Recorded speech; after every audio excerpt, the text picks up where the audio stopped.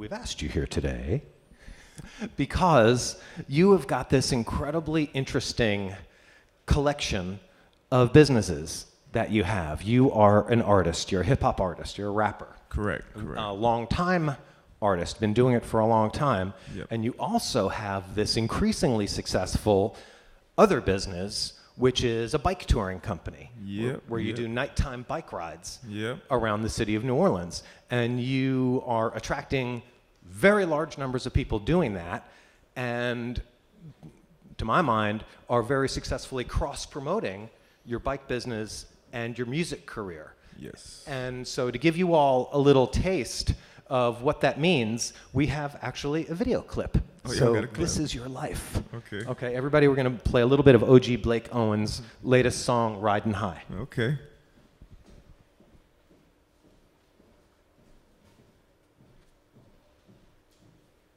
Oh, the cinema effect. I hope you having a good time. You lose points, I thought you was Rated G cool for as gangsta. I. You get what you paid for. Wanna smoke good, you gon' have to invest a little more. I got what I paid for.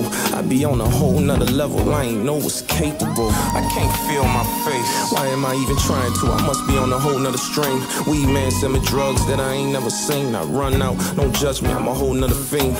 Show up at your place any time of day. Left my money on the dresser, but my credit is great. See him on the balcony with the bag I need. I told him throw it, I won't drop it. I'm Ben Jarvis scream. He made the purple rain on me like Prince got the good. All right, all right. Yeah. All right, so that's a little taste of the OG right there. That's it right there. A round of applause for his great music right there. Thank you. Thank you. So, talk a little bit about how you got started as an artist. When did you first start doing music? Probably when I was around 14. I had an older brother who's a producer. He was real big around that time. It was wasn't too many people that were producers that you didn't know about, that you didn't already see on TV or something, but he was real good early. My mother's side of the family, they're all Bouttes, so related to John Boutte, Lillian Boutte, you know, all the Bouttes. So music was always in one ear. Yeah. A lot of people don't know that, but you know, just being around it a lot, watching my brother do his thing, I kind of just fell into it, realized I was good at it, and just kept pushing. We had some early success. I was doing a lot of records with Lil Wayne at one point, right before the storm. Storm hits, changes my life. I'm in Houston, trying to revamp the music, but really starting from day one. And then, you know, just came back. I graduated from Xavier in psychology. I knew I wasn't gonna get an actual job with that degree, but I liked it because you use it every day. You know, the psychology made me put the businesses together to where I can profit off both of them. So music was my focus. I was just music. And after that, you know, I started working at the House of Blues. I worked there for about 5 or 6 years, doing a variety of things. I mean, like, started doing security, did production, bartending. I mean, anybody that knows about the House of Blues, everybody there has about 4 different positions. But then I got into actual booking some shows here and there, real close with some of the talent buyers. I saw Dave Magazine's name on the list, and a guy named Chris Gozueta, who was a previous talent buyer. And I came up with my own shows called New Orleans Most Wanted, Next Up. And what it would do is we would get artists from around the city who were popular, put them on one stage, and pick a winner or 2 at the end. And those winners would come back for the finalists. And the winner of that, we'd allow to open up for like nationwide artists that came to the House of Blues. So it was a good show. It had a good, like, a 3-year run. And then I just realized, you know, like, these artists that are up here that I'm putting in positions, they're not even half as good as me. So then I kind of took the focus off of putting other artists on stage and just kind of went back to doing what I used to do and put myself on stage. And right around that time, you know, it's kind of when the bikes started flowing in at the same time. So there's a story that you've told in the past about how the idea just sort of came to you by virtue of living in the French Quarter and rediscovering the joys of bike riding. Can you talk about that for a second? Correct. I moved in the French Quarter, and I, bought a bike. Worked at the House of Blues up the street, so just got on my bike. And from the moment I got on the bike, I was reminded how much fun it is to ride a bike. You forget that. A lot of people in my circle, we rode bikes when we were kids, and then it stopped, and that was it. So, when I got on the bike, it was just fun. And I had a few other people. I knew who to call. I knew who else would ride with me. And one day, my friend Nick Reed, who's also my business partner with Get Up and Ride, he was also lived in the CBD. He was big on bikes. We would always talk every week about riding a bike and or doing something, getting some people together. And me, him, and also DJ Papa, a local DJ, we just came up one day and just was like, look, let's do it. Tuesday coming up, we're doing it. We did it. I think we had 8 people come out, but we had fun. We had the lights and the wheels. So then next week it was a little bigger. Next week it was a little bigger. And it jumped up every week, maybe 10 or 20. And then one week it just jumped like 100. Now, what time period are we talking about? Late at night. We're talking about meeting No, I up. mean, what year? Oh, this is 2015, end of 2015. Okay, because, so what we're talking about, for those of you who aren't familiar, are these, what are, I guess, to some of us are commonly called social rides. Right. There's like a whole Facebook group, New Orleans Social Rides, so which is not you guys, Right. That's just a group of people, not a business or a company or an event, but there are these social gatherings on bicycles, and you Yeah. all get together and you meet up somewhere and you ride around and stop at a bar and have a drink, and it's sort of like a second line parade. You stop at the next bar and then Yeah. you keep moving around. Yeah. Now, what to me is interesting about this partly is that a lot of us are familiar with these bike groups that we now see. We see groups of people. There's all sorts of bicycle tour companies that didn't exist three or 4 years ago. Yeah. I see them in my neighborhood in the Bywater all the time, during the day, during the night, just all sorts of people. And at nighttime now, it's not even too unusual to see groups of people with the lit up bicycle wheels. But Definitely. a lot of those groups weren't around when Right. you first started Get Up and Ride. Yeah. They weren't around. I mean, when we started, there was maybe another company who was doing like tours, for profit. It wasn't a social ride, but that was the only other company I can think of that was doing something. It was really us that really made the impact, the big boom, and now you see it everywhere. You have West Bank Group, you have an East Group. I mean, it's That are all separate from you. They're All not separate from affiliated me, or anything. So, yeah. I mean, not to call them copycats or anything, but you Yeah. guys were kind of there first and really Yeah. kind of plowed the way. So, I mean, I think it is true to say, in many respects, you kind of changed the bicycle culture Yeah. of New Orleans, if we can, use a grandiose term. I don't know if we could safely say that there was a bicycle culture of New Orleans before you guys came along and started this thing. So you really, flipped a switch for a lot of people. Yeah, definitely. And especially for African Americans. Because before then, I didn't see a lot of black people on bikes, just to be honest. And when we did it, and we put the lights in the wheels, and we had the music along the ride, and, we made it just, more like a club experience on wheels.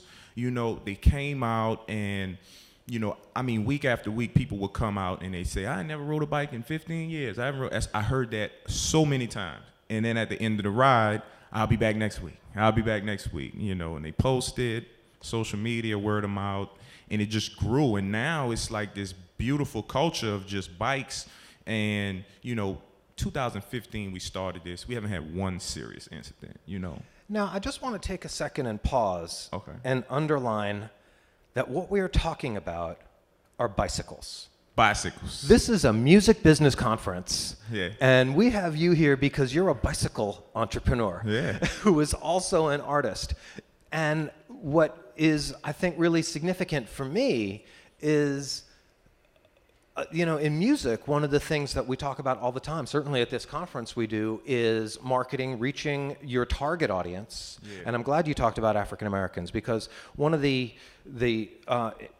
interesting facets of what you do is how you have I mean, I don't know if you're specifically targeting an African American audience or whether that's just a coincidence that that's who tends to gravitate towards your events, but you have this Tuesday night club that has grown exponentially. I mean, you and I talked about this earlier. A couple of weeks ago, you guys rode past my house, and it went on for 20 minutes. There were like 600 people, all on bicycles with the music blaring and the lights going. And so it's free to join the ride. But there's also lots of people who don't have bicycles of their own, and so you were more than happy to rent them a bicycle. So Tuesday is a free ride. You just come out. We switch up the locations. We have different through the website or through social media. We let you know where we're at, and it's free to come out. If you need a bike, me and my business partner Nick, we have bikes that we rent out for people that need them. And on the weekends, we do tours where it's like a birthday ride or bachelorette party. So a paid ride. Paid ride. And those are pretty much the same thing. It's just more tailored to our audience. And, we just focus on them having fun. So, I mean, was it important to you when you started this that it was an African-American audience? Was that something that was in your mindset, or was that just sort of a happenstance of how it came about? When we started it, we just reached out to some people we knew who we felt like would be into that type of thing. They all were black, and it kind of built from there. We never actually targeted. It was kind of just like, this is the core of the group. And it was about 90% black, so it just kind of grew like that. But what I love about it now is it's turned into something where we see all types of people come out, all types. And, it's like, one thing I learned riding bikes is, like, there's this biking community, out there that, like, they're a core community. And it's just like, if you're a biker, you're a biker. You know what I mean? It doesn't matter. It kind of reminds me of, like, sports. You might watch football, basketball. You see a lot of people rooting for people, regardless of their race or anything, because they're that much into sports. It's the same thing with bikes. Bikers are bikers. And, we dealt with a lot of flack in the beginning. I think it was a culture shock for some people. Also, on our end, we had a lot of people who didn't understand the laws of riding bikes in the street, So that took a little while to get in order. And honestly, we still have those issues sometimes because it's an open ride, and you might have a group of people who see us riding and say, hey, we just gonna ride up and join. You know what I mean? But we don't know them. I don't know what your understanding is, but it's slowly getting there. We're a lot more educated on the bike, rules and just, flowing with the traffic. But in the beginning, it was rough. It was real rough. Yeah. Now, regardless of who the audience is, one of the things that I think is really a testament to your success is how large that audience has become. Yeah. So, can you talk a little bit, and I know that your partner Nick is more of the marketing guy, but obviously you're deeply involved. Can you talk about some of the tools, the marketing tools that you used to grow this audience? Because, from a music business perspective, when we see an act that goes from 10 people in the club to 50 people in the club to 500 people in the club, we're like, wow, they're really successful at marketing their band. Yeah. With your bike business, it's very much the same thing. You started with 8 people, and now it's sometimes 600 people. So obviously you're doing something right to get the word out. So what are some of the tools that you're using to market these events? I think it's just 3 things. It's real simple. Social media, word of mouth, and every time we ride by, we're advertising. Every time, when we ride every corner, you have somebody with a camera, somebody pointing, So but you don't have a lot of signage that says "Get up and ride" with the website or anything like that. Like, it was years before I figured out that it was you. Yeah. That was with all these people. I would see the people on the bikes, but I had no idea that there was you behind it and that you were a rapper and all this kind of stuff. That was all brand new to me. Yeah, I think that also kind of helps because there's a certain mystique to it. People see it and they're like, what is this? You say, what is this for a little while, and then when you finally realize or finally figure it out, then, you've talked to 100 people about it by then. So you mentioned social media. Are there any particular platforms that you find are more effective in terms of bringing out audience out? I mean, so what are your preferred social media platforms? Instagram. Why Instagram, as opposed to, say, Twitter or Facebook? Twitter's, to me, is all words. I don't know. I don't really use Twitter. I have one, but I don't really use it like that.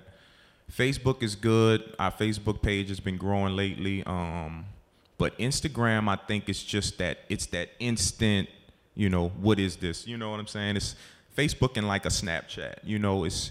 It's instant. You can get a video. You can quickly see something that, and tell if you're something you're interested or not in. It's scrolling through the timeline every day. And word of mouth was big. Word of mouth was big for us, Interesting. But on the Instagram, in addition to and forgive me for not knowing this, I should, but when you would post a picture of, it looks cool, people are on bikes, the wheels are all lit up, and everybody's having a good time, and it's a big party, would you also put a message, next Tuesday, meet up at wherever, and use that as a tool to encourage more people to participate? Or was it just sort of, hey, check us out, we're cool, and people have to figure out on their own how to get involved? At first, when we first started, the meetup was Hi-Ho Lounge. And that was it. We would meet up at Hi-Ho. Everybody knew it. You knew the time. And it started growing. I think one night we had about 800 to 900 people. And it was just one of those wild nights. And we knew we had to do something. I think we stopped the ride for a week or two. And, we got some safety riders in order. We came up with a plan to where you had to register. And there would be a link in the bio to where you could register your information. And then the day of the ride, we would send that location out and we move around just to kind of cut the numbers down because we had too many people. So we did that. That cut the numbers down to something decent, and we would just continuously move around. So, yeah. And so this bike business has grown to the point where it's profitable? You're actually making money off of this thing? Yeah, I'm fully supporting myself off bike tours. I quit my job last year behind. Well, congratulations. I mean, do you enjoy it as much as you enjoy the music? I don't enjoy anything as much as the music, but it's a close second. I'm passionate about it. I love it. I like riding bikes, period. But, sometimes, it's one thing to ride bikes with your friends. It's another thing to do a tour and guarantee everybody's satisfaction. You know what I mean? And safety and everything else. And safety, and so it's work. So can you now talk a little bit about how you use this leverage that you now have with this large audience of people on social media, coming out in person, participating in your events? Yeah. I mean, you're basically like a mobile club promoter. Yeah. I mean, so how do you use that to promote your personal music and your career as a rapper? How do you cross-promote your rap career through the bike company? Okay, well, that was a great example. That was the first thing I did. So making a video of an original song that's about the bike ride, that features the bike ride, so people see what you're doing and combining the music with the images of the biking itself. Exactly. Just doing things where I can maybe get some of my fans of music to see what I'm doing with the bikes, or vice versa. New bike riders seeing what I'm doing with music. I might be on a ride and play my whole CD, and not even say anything, not even say this is me. Just go ahead and put this on real quick and wait for somebody to ask. Or just promotion, whether it be something I'm releasing musically, I guess by me having the power and the position I'm in to also promote it through the bike sites, and just trying to do different bike-related stuff, like, I'm not gonna lie, Scott, that is kind of like where I'm at right now. Me and my manager, Mel, we coming up with a lot of different ways to, intertwine the music and the bikes, without losing focus of what's really, in the driver's seat. You know what I'm saying? Have you had enough time to see a measurable impact on your music career from the biking? I mean, are you getting more likes on your SoundClouds? Are you getting more, likes on your Facebook for your music as opposed to the bike stuff? Are you, selling more copies of records or getting more people out at shows? I mean, are there any kind of measurables that the biking success is impacting the music? Yeah. We've definitely seen some spikes with the music as it relates to the bikes, or except if I do a show, I'll notice people who I ride with in the crowd. You know what I mean? People who I never saw before, or vice versa. People come to ask me about bikes, and we end up talking about my music. It's all synonymous, and it's working well together. And I just want to keep going on that. Now, I know that on one of your recent bike rides that was in the Bywater, you all incorporated a music performance part of it. Not you, Yeah. but you used the fact that you had this large audience of people that were following you around to have, at one of the stops, you had a little showcase performance. Yeah. And so giving other artists the opportunity to benefit from the exposure that you are able to provide because you have this large audience that follows you around, literally follows you around like on bicycles. So, I mean, but have you gotten to the point where it's like everybody meet up for a bike ride and now I'm going to perform and you're all going to listen to my new song whether you like it or not? Yeah, I did. Sometimes you got to force feed them. So I had a show at, I did it last year when I put out a project called Balcony Music. I did a show at the House of Blues, and what we did was we set up a ride where it would start one place, go around, do our usual riding, listening to music, and it would end at the House of Blues. And I had a deal set up to where they can get in at a discounted price, if not free. And the House of Blues, you know, they worked something out to where they watched the bikes outside. It was, Little bike valet. yeah, little bike always valet. helps. Yeah, it was cool. Very nice. Or just recently at the Bike Fest. So you organized a festival around biking that also had a music component that was out on Bayou Road last Sunday. Yeah. And that Very was successful. That was amazing. That was one of our biggest highlights, especially with the bikes. Being able to do that, just being, you know, one of the people actually putting the festival together. You know, like it was crazy how we did it. Me, Nick, Sinedra, all representing Get Up and Ride.